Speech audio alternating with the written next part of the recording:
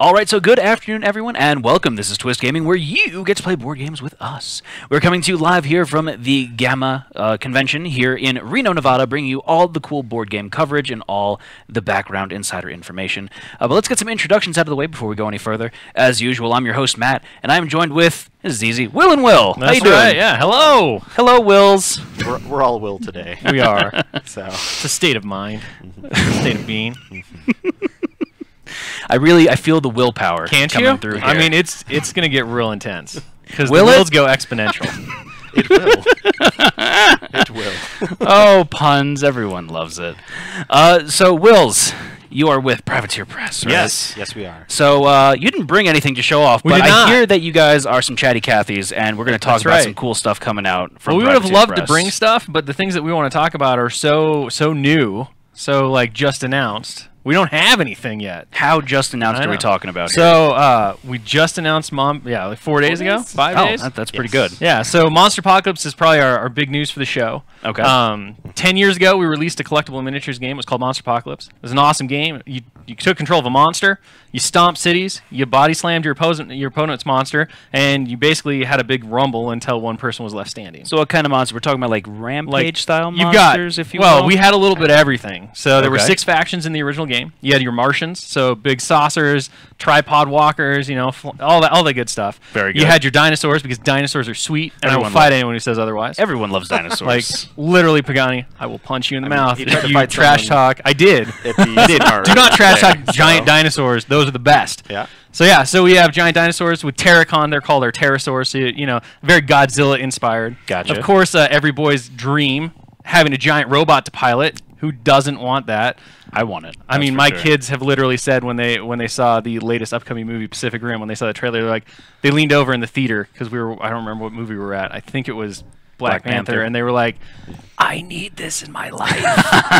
And I was like, yes, you do. So we've got Guard, which is our giant robot faction. For fans of giant mecha ninja warriors, there's Shadow Sun Syndicate.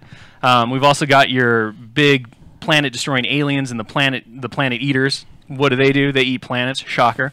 And then, of course, for those who like tentacle horrors from an alternate dimension, there's Lords of Thule. So we kind of covered the whole gamut. And that was the real big fun of Monsterpocalyse, is it kind of touched on all this nostalgic, very themed kaiju stuff. And then you put together your city and your army, and you got to stomp across the city, and we had destructible buildings and urban environments. Oh, nice. So that game was really fun, and we really loved it. And eventually, it kind of just concluded.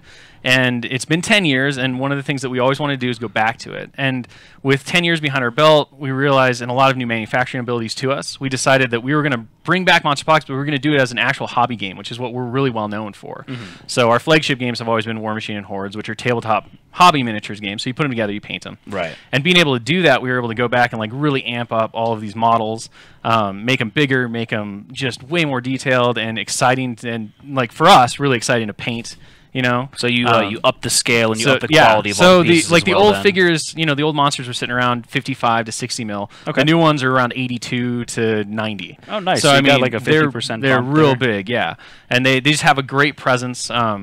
And then, of course, we took the opportunity to go back and, under the guidance of Will Pagani and everyone else in our development team, including our lead developer, Jason Souls, we were able to go back in and basically streamline and update the rules. So very familiar for those who played the game 10 years ago, like myself and Pagani here, who were really excited to bring it back, but a whole new experience that's really open up for new players to come in and experience, the game and find out how hobby miniatures work, to get their monster smashing action on, to be able to build a city and just crush it like you did when you were 5. I mean, it's amazing.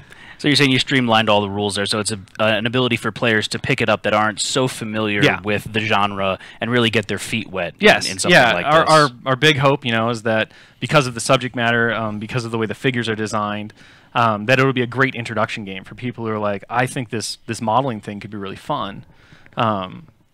This game looks really awesome, and then it kind of knocks away a lot of those barriers so that people can get in, get started, and then discover the whole world of hobby miniatures. Because as you've seen more and more Kickstarters come out, like figures and sculpting and all that have become really big, but the hobby miniatures market is still one of those specialty niches where you get to take your artistry and your gameplay and go to the next level. And so it's really exciting for us to be able to create Monsterpocalyse, bring back a beloved property, and also get to do it as kind of a feeder game into the greater world of tabletop miniatures. Yeah, as I've gotten more entrenched entrenched in the board gaming industry and seeing the more and more miniature games that are coming out, what really amazes me is the artistry that the individual consumers are putting into when it comes to painting the miniatures. So that's definitely very appealing, the hobby miniature market like that, just to see how creative people can really get and how awesome they are at what they do. There's nothing more exciting than just seeing somebody who, took a model and made it their own, and you're like, that's awesome. It doesn't.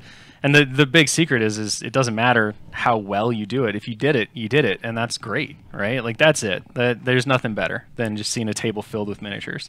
So can you talk a little bit more about the destructible terrain there? Because that really piqued my interest. Oh, yeah. Go for it, Pagani. So part of the game Monsterpocalypse and part of your force that you bring to battle is buildings. So you actually get to construct the city as you start to set up the game. So it's not just your monster and your units that tag along with your monster, which can be things like little tanks, little aliens that fly around with them, smaller tripods, smaller saucers, things like that for all the different factions. You actually bring buildings with you, and those buildings have special rules that can give you upgrades and things like that if your units can control them. And then really the primary function of buildings is to throw or body slam or smash your opponent into them to get bonus damage modifiers, essentially. Awesome. So as the game goes on, you can walk up and you can punch your opponent and you can do 1 damage, or you can pick them up and body slam them into a building for 2 damage.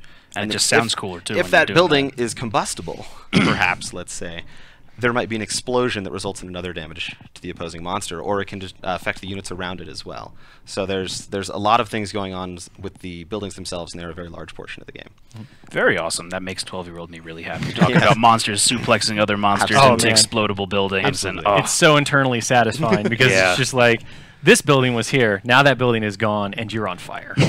Yeah, and they'll get replaced with like little flame templates and stuff, or rubble or things like that. So as you interact with the map, it physically changes as the game goes on. Very cool. And it's very, very satisfying. Okay, so I got to ask, what faction do you prefer to play as? I personally like Guard. Defender X is my boy, who we showed off at this convention. He was also part of our initial announcement. He's one of the big robots. He is awesome. He has like a jetpack. He can jump around. Nice. Yeah, and then one of the cool things about the evolution of the game, too, is that in the old game, you used to pick one of the factions. So I kind of listed the 6 that we have. But in the new game, we've split the factions into what we call agendas. So now you have your good guys and your bad guys, effectively. And you can freely mix and match anything out of your agenda. Oh, nice. So even though Pagani loves Guard, he can also take Ninja Starfighters, and he can take, Carnodons, because who doesn't love a Carnodon tooth party? That's amazing.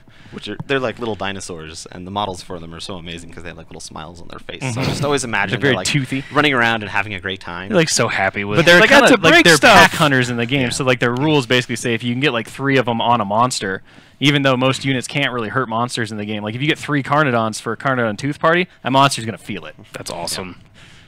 Yeah. So yeah, I have to agree. Like protectors are pretty slick.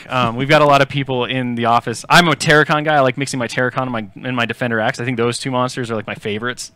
But we've got a couple of fiendish people in the office who really like bringing the tentacle monsters or the planet eaters with the Martians. One of our devs is super big into the mothership, which is basically this big flying saucer. Nice.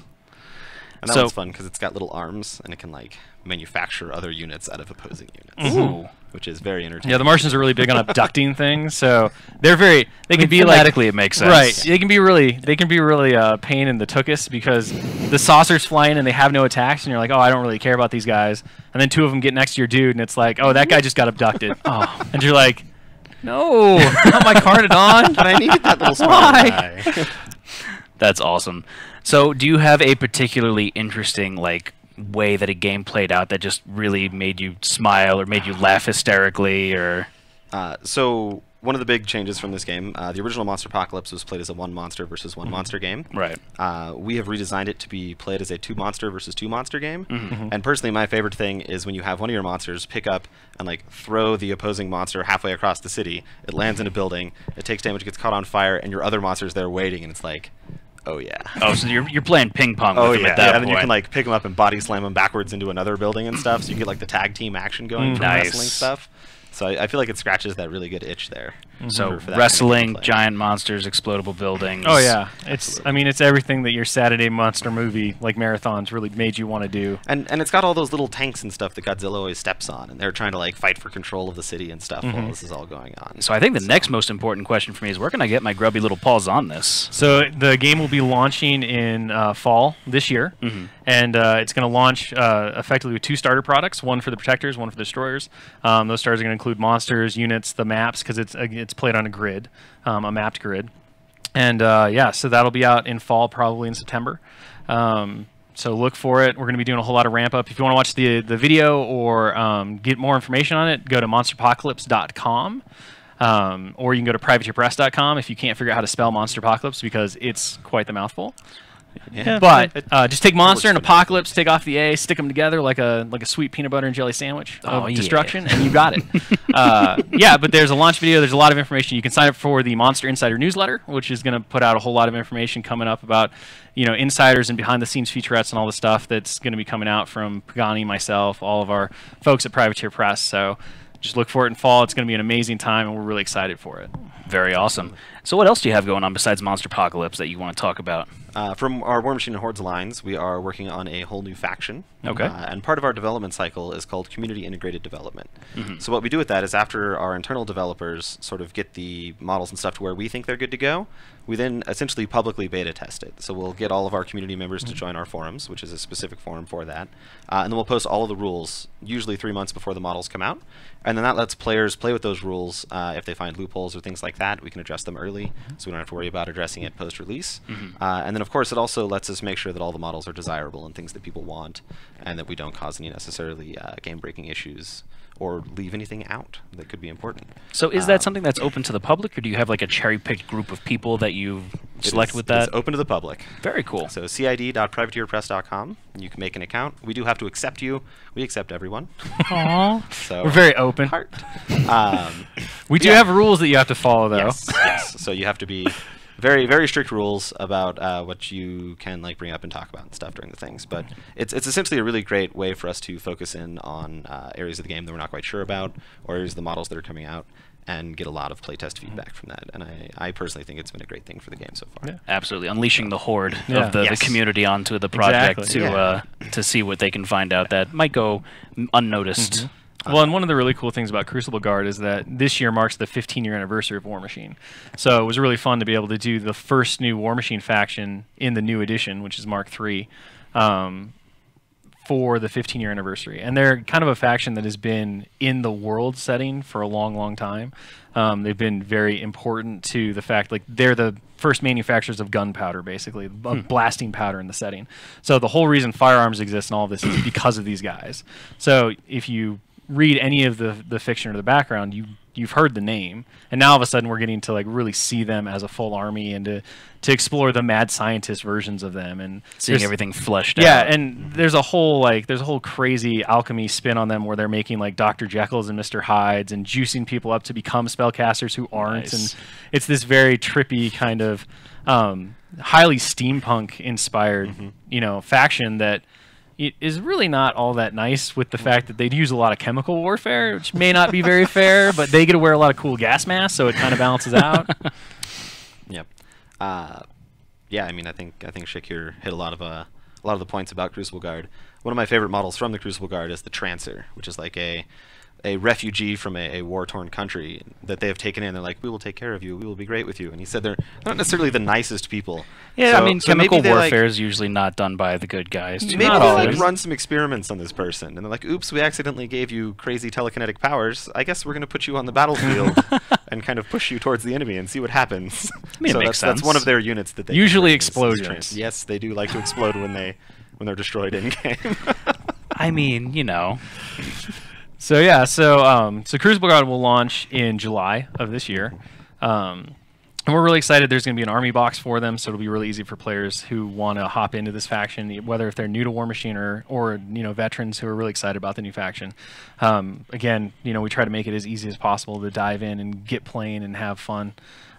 with the new toys. And so it's going to be a really fun time. And the 15-year anniversary is a big one for us, obviously, like it would be for anyone. And we've got a lot of fun things planned, including, you know, the new faction. We have a couple of good events coming up, and then we have some special model releases that will come out starting in June. We're actually going back and revisiting some of the very classic Warcasters, and we're looking at them before they became full-fledged Magic users, effectively. And so that'll be really fun, I think, as far as like getting to see these characters at their genesis point. And it's kind of a fun throwback, right? 15 years, let's go back to the Zeros, and that's what we're effectively calling them, as the Warcaster Zeros, because they're at the ground floor. Very cool. Bring in the original gang and see how it plays out. So for a newbie like me, what's some place that I could go to really get into Warmachine, to start learning about it, picking it up for the first time? What would you recommend? Go for it, Pagani. Well, lots of game stores run what's called a Journeyman League, which is a beginner-style league. So it'll take a battle box, which is sort of your starter set for Warmachine or Hordes, and it'll start you off playing that for a week or two, and then it'll slowly add in more and more stuff until you get to a fully playable army at either 50 or 75 points. So you dip a toe in it first, and you slowly walk into the pool. And the great thing about Journeymans are, you know, not only is the progression kind of metered, and there's a lot of advice, and you get typically veteran players will jump into a Journeyman as well, and they like to mentor as well as kind of build up their new armies.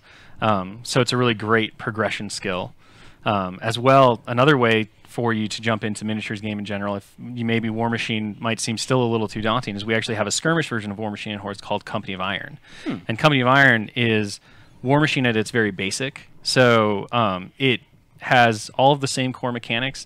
It trades in Warcasters and their Warjacks, which are kind of the big crunchy part of the miniatures games in general, for a deck mechanic, which gives you the same amount of like resource manipulation and kind of introduces you to the resource management style of the game. But you get to do so with like 10 models. You know, so you're talking about it's a really great way to be like, I want to try this hobby miniature thing, and I want to do so in a way that's really fun and energetic and like feeds me into, you know, the bigger game if I decide I like it, or you could just stick with Company of Iron as well.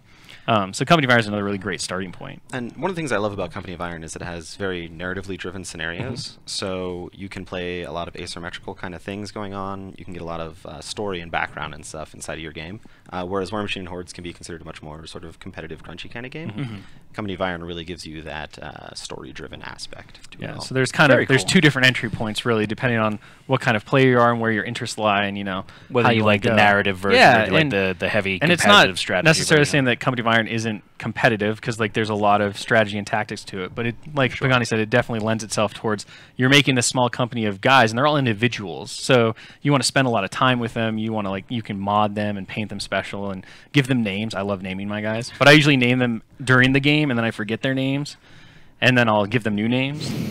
And if they live and I can remember the name, sometimes I'll write the name on the base. Like you can do a lot of, I mean, that's the joy of hobby games, right? Is the fact that, you know, a lot like an RPG, if you dive really into it, like you can just make the whole world your own, and you can make the experience your own, and you're getting to actively create in a lot of the same ways as like a pen and paper RPG where you're building your character. So it's like as customizable as you want it to be. Yeah, effectively it is. And there are players, you know, who, like Pagani said, are all in about, you know, the really high level competitive strategic decisions and the puzzle that you solve with an opponent in trying to win a game. Or you can jump in and you can just have fun and name people like Angry Steve and watch as Angry Steve dies in every game, because he doesn't play smart. He plays like Angry Steve would. And that's Angry Steve. And Angry Steve is, you know, he's just destined to die. We've all played with an Angry Steve before. Definitely. All right, so we're starting to run out of time here. Is there anything else that you gentlemen wanted to talk about today before we start wrapping it up? I feel like we covered just about everything. So I would just encourage anybody who's listened to our rambling and been like, oh, I'd really love to see some stuff on this. Privateerpress.com. You can see Company of Iron. You can see Warmachine Hordes. There's lots of good information there. You can see all the cool models that we do. And then Monsterpocalypse.com. You can watch the trailer and get ready for the big monster smashing action that's going to drop this fall. I highly recommend all of them, and you can always go to your local game store. We do a lot of organized play events, including Journeyman Leagues, including tournaments. So, you know, if you have a local game store, very likely they'll have our products, and they'll be happy to like walk you through and mentor you into the community so that you can start experiencing the awesomeness of hobby games in general. Fantastic. Well, thank you both for joining me today. We really do appreciate it. Yeah. And thank you all for watching at home. Please stay tuned for more coverage coming from GAMA throughout the day today, and then tomorrow as well. So stay tuned for that. But for now, I'm signing off. I'm Matt, joined by Will and Will. Woo, Wills. Goodbye. Woo. Goodbye, everyone.